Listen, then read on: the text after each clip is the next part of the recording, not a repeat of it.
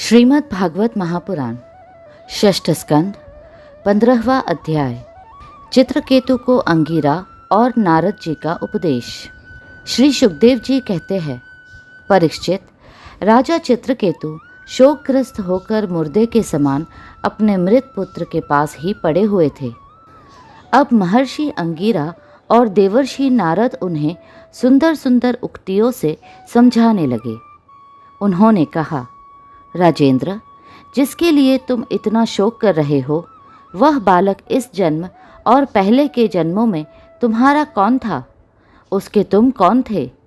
और अगले जन्मों में भी उसके साथ तुम्हारा क्या संबंध रहेगा? जैसे जल के वेग से बालू के कण एक दूसरे से जुड़ते और बिछुड़ते रहते हैं, वैसे ही समय के प्रवाह में प्राणियों का भी मिलन और बिछोह होता रहता है। राजन, जैसे कुछ बीजों से दूसरे बीज उत्पन्न होते और नष्ट हो जाते हैं, वैसे ही भगवान की माया से प्रेरित होकर प्राणियों से अन्य प्राणी उत्पन्न होते और नष्ट हो जाते हैं। राजन, हम, तुम और हम लोगों के साथ इस जगत में जितने भी चराचर प्राणी वर्तमान है, वे सब अपने जन्म के पहले नहीं थे और मृत्यु के पश्चात नहीं रहेंगे। इससे सिद्ध है कि इस समय भी उनका अस्तित्व नहीं है, क्योंकि सत्य वस्तु तो सब समय एक सी रहती है। भगवान ही समस्त प्राणियों के अधिपति है। उनमें जन्म मृत्यु आदि विकार बिल्कुल नहीं है।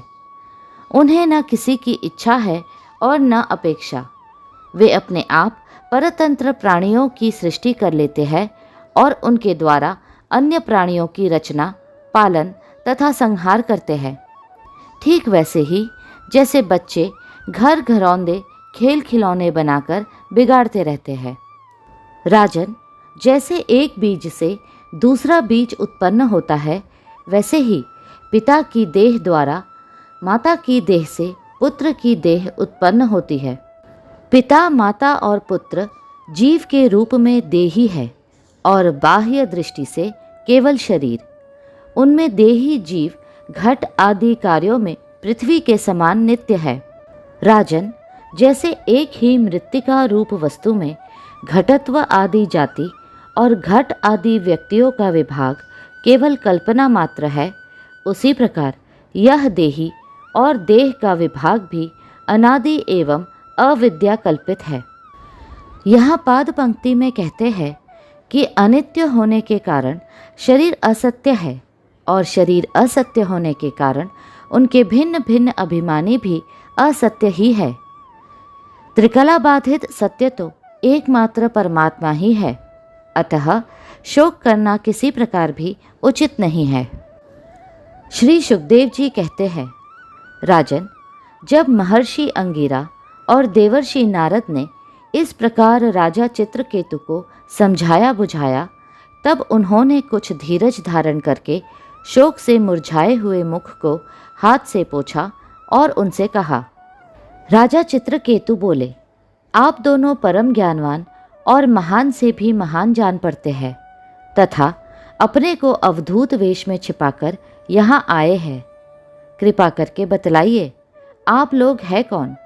मैं जानता हूँ कि बहुत से भगवान के प्यारे ब्रह्मवेत्ता मेरे जैसे विषयासक्त प्राणियों को उपदेश करने के लिए उन्मत्त का सा वेश बनाकर पृथ्वी पर स्वच्छंद विचरण करते हैं।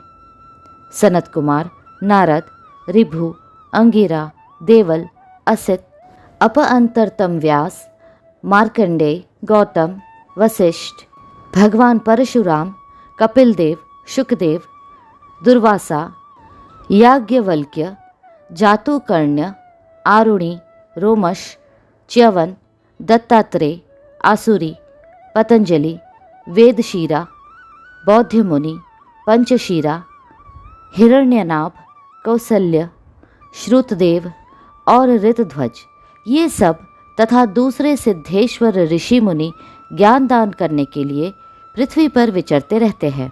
स्वामियों, मैं विषय भोगों में फंसा हुआ मूढ़ बुद्धि ग्राम्य पशु हूँ और अज्ञान के घोर अंधकार में डूब रहा हूँ। आप लोग मुझे ज्ञान की ज्योति से प्रकाश के केंद्र में लाइए। महर्षि अंगिरा ने कहा, राजन, जिस समय तुम पुत्र के लिए बहुत लालायित थे, तब मैंने ही तुम्हें पुत्र दिया था। मैं अंगिरा हूँ। ये जो तुम्हारे सामने खड़े हैं, स्वयं ब्रह्मा जी के पुत्र सर्वसमर्थ देवर्षि नारद है। जब हम लोगों ने देखा कि तुम पुत्र शोक के कारण बहुत ही घने अज्ञान अंधकार में डूब रहे हो, तब सोचा कि तुम भगवान के भक्त हो, शोक करने योग्य नहीं हो। अतः तुम पर अनुग्रह करने के लिए ही हम दोनों यहाँ आए हैं। राजन, सच्ची बात तो यह है कि जो भगवान और ब्राह्मणों का भक्त है, उसे किसी अवस्था में शोक नहीं करना चाहिए।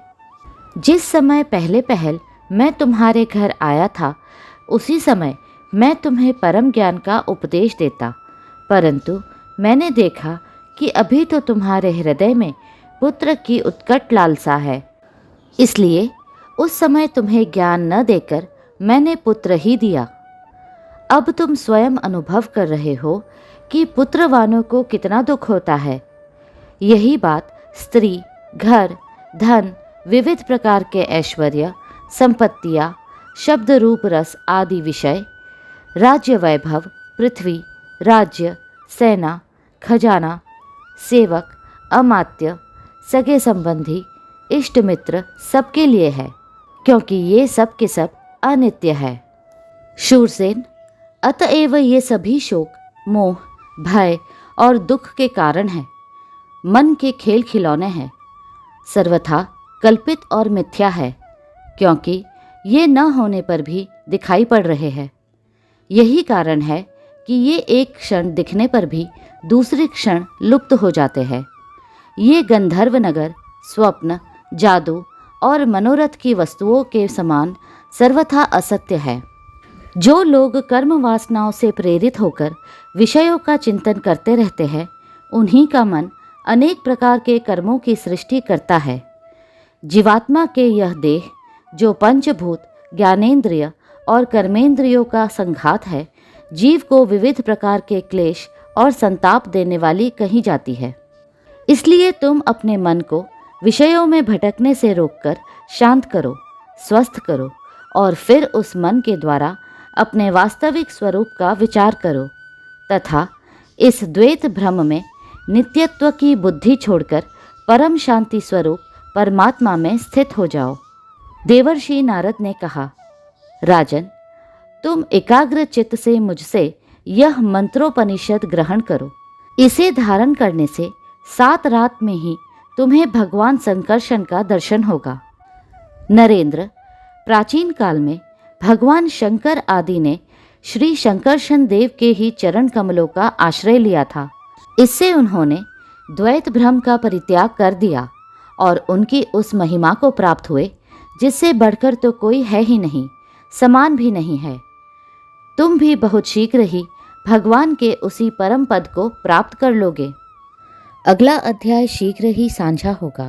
कृपया करके लाइक, सब्सक्राइब और शेयर करें। हरे कृष्णा